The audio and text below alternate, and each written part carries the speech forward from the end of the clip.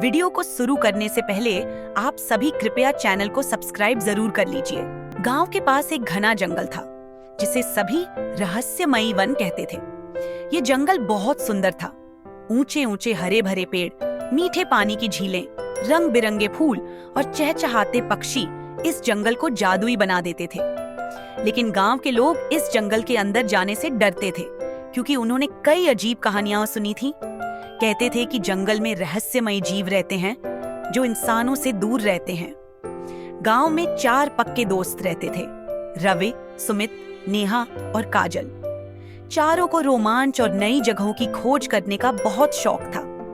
वे हमेशा कुछ नया करने के बारे में सोचते रहते थे।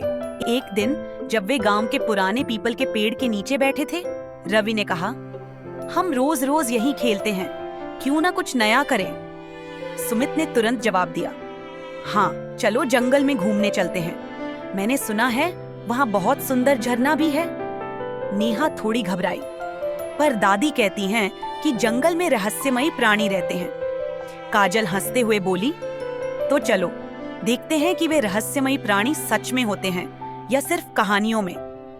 आखिरकार चारों ने फैसला किया कि वे अगले दिन सुबह जंगल की यात्रा पर निकलेंगे।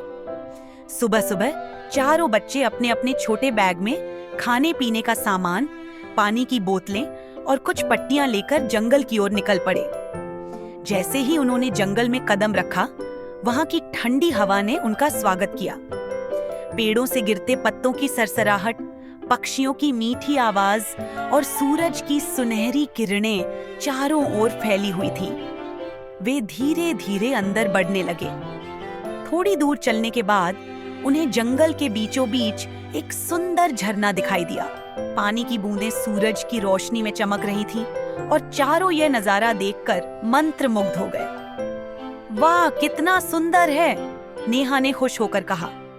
हाँ यहाँ तो बहुत ठंडक भी है, सुमित ने पानी में हाथ डालते हुए कहा। वे वहां कुछ देर बैठे और खाने पीने का सामान निकाला, पर तभी झाड़ियों में कुछ हलचल हुई। चारों बच्चे चौकन्ने हो गए। क्या यह कोई जंगली जानवर है? काजल ने धीरे से फुसफुसाया। तभी झाड़ियों से एक छोटा सफेद खरगोश कूद कर बाहर आया। उसने अपनी नन्ही नन्ही आंखों से बच्चों को देखा और फटाफट भागने लगा। अरे यह तो बहुत प्यारा है, रवि ने धीरे से कहा। लेकिन इससे पहले कि वे कुछ और सोच पाते, एक नन्हा भालू झाड़ियों के पीछे से निकला और धीरे धीरे उनकी तरफ बढ़ा। अरे भालू! नेहा डरकर पीछे हट गई, पर यह भालू गुस्सैल नहीं था, बल्कि उसके चेहरे पर मासूमियत झलक रही थी। उसने धीरे से अपना पंजा ऊपर किया, जैसे वह कुछ कहना चाहता हो।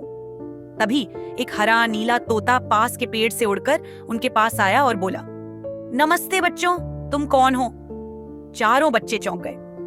अरे ये तो बोलता है, तोते ने हंसते हुए कहा। हाँ मैं बोल सकता हूँ, मेरा नाम चिरकुट है और ये मेरा दोस्त गुग्गू भालू है और वह छोटा खरगोश चिंकू है। वाह, जंगल में ऐसे दोस्त मिलेंगे, हमने कभी सोचा भी नहीं था, सुमित ने उत्साह से कहा। बातों बातों में बच्चों ने देखा कि भालू गुग्गू का पैर घायल था। अरे इससे तो चोट लगी है, काजल ने चिंतित होकर कहा। उसने जल्दी से अपने बैग से मरहम निकाला और भालू के घाव पर लगा दिया। गुग्गू ने आभार से सिर हिलाया और धीरे से गुर्राया, जैसे कह रहा हो धन्यवाद। तोते चिरकुट ने कहा, तुम सब बहुत अच्छे बच्चे हो। आमतौर पर इंसान हमें नुकसान पहुंचाते हैं, लेकिन तुमने हमारे दोस्त की मदद की। अब से तुम हमारे खास दोस्त हो। बच्चों को यह सुनकर बहुत खुशी हुई। धीरे धीरे सूरज ढलने लगा और बच्चों को याद आया कि अब उन्हें घर लौटना चाहिए। हमें वापस जाना होगा, पर हम फिर आएंगे, नेहा ने कहा। हाँ, और हम गांव में सभी को बताएंगे कि जंगल और इसके जीव हमारे दोस्त हैं, हमें इन्हें नुकसान नहीं पहुंचाना चाहिए, रवि ने जोड़ा।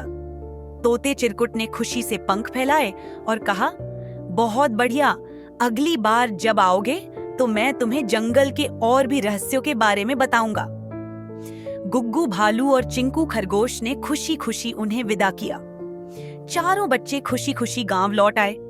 उन्होंने गांव के लोगों को जंगल की सुंदरता और वहां के जीवों के बारे में बताया।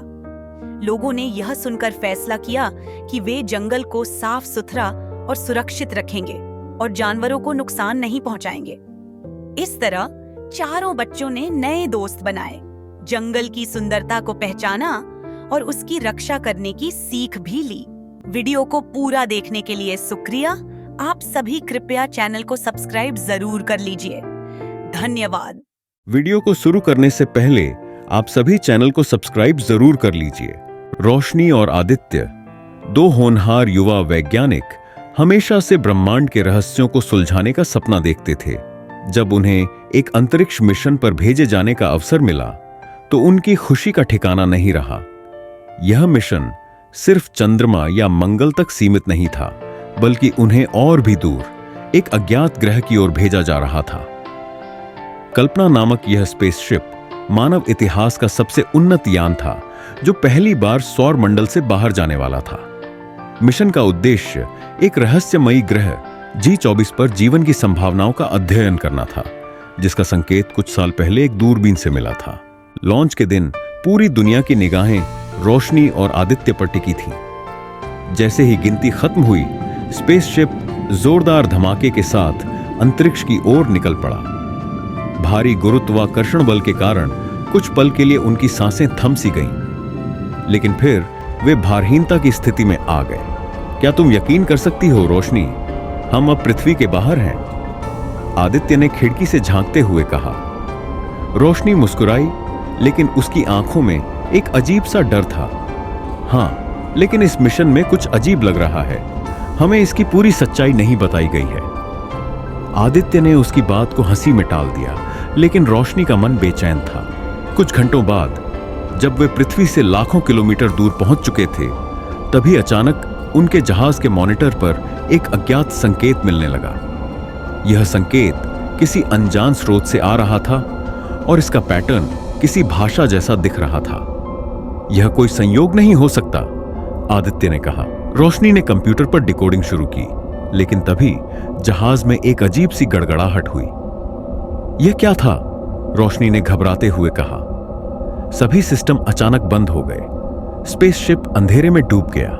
केवल उनकी दिल की धड़कनें और सांसों की आवाज सुनाई दे रही थी। थोड़ी देर बाद इमरजेंसी लाइट्स ऑन हो गईं, लेकिन अब स्पेसशिप का नियंत्रण उनके हाथ में नहीं था। यान अपने आप किसी अज्ञात दिशा में जाने लगा। कुछ घंटों बाद उन्होंने पाया कि वे G457 के करीब पहुंच चुके थे। यह ग्रह पूरी तरह काले बादलों से घिरा था, जिनमें समय समय पर चमकदार बिजली कौंध रही थी। यह ग्रह बिल्कुल पृथ्वी जैसा लग रहा है, लेकिन इतना अंधकार में क्यों है? रोशनी ने आश्चर्य से कहा। जैसे ही उनका जहाज ग्रह की सतह पर उतरा, बाहर का वातावरण साफ हो गया। वहां दूर दूर तक कोई नहीं था, बस बंजर जमीन और अजीब आकृतियों वाले पहाड़ थे। लेकिन तभी थक थक थक किसी चीज के चलने की हल्की आवाज आई। रोशनी और आदित्य ने एक दूसरे की ओर देखा। कोई और भी यहां है, आदित्य ने फुसफुसाते हुए कहा। जैसे ही वे जहाज से बाहर निकले, सामने का दृश्य देखकर उनके पैरों तले जमीन खिसक गई। वहां एक चमकदार आकृति खड़ी थी, जो इंसानों जैसी दिखती थी, लेकिन उसकी आंखें किसी जलते हुए सूरज की तरह चमक रही थीं। हमारा यहां आना पहले से तय था, वह आकृति बिना होंठ हिलाए बोली। रोशनी और आदित्य के शरीर में सिहरन दौड़ गई। तुम कौन हो? रोशनी ने हिम्मत जुटाकर पूछा। हम वे हैं जो तुम्हारी दुनिया से पहले आए थे। उन दोनों ने एक दूसरे को देखा। क्या इसका मतलब था कि इंसान से पहले भी पृथ्वी पर कोई और सभ्यता रह चुकी थी? अचानक स्पेसशिप का अलार्म बज उठा। वहां अधिक देर रुकना खतरनाक था। रोशनी और आदित्य तेजी से वापस जहाज की ओर भागे। जैसे ही वे भीतर पहुंचे, जहाज के दरवाजे बंद हो गए और वह खुद ब खुद उड़ने लगा। क्या हमें छोड़ दिया गया या हमें वापस भेजा जा रहा है? आदित्य ने सोचा। जैसे ही वे पृथ्वी के वायुमंडल में पहुंचे, उन्होंने देखा कि उनके स्पेस सूट पर एक अजीब भाषा में कुछ लिखा था। यह हमें एक संदेश देकर भेजा गया है, रोशनी ने धीमी आवाज में कहा। लेकिन यह संदेश किसके लिए है? आदित्य ने कंप्यूटर पर उसकी भाषा को डिकोड करने की कोशिश की।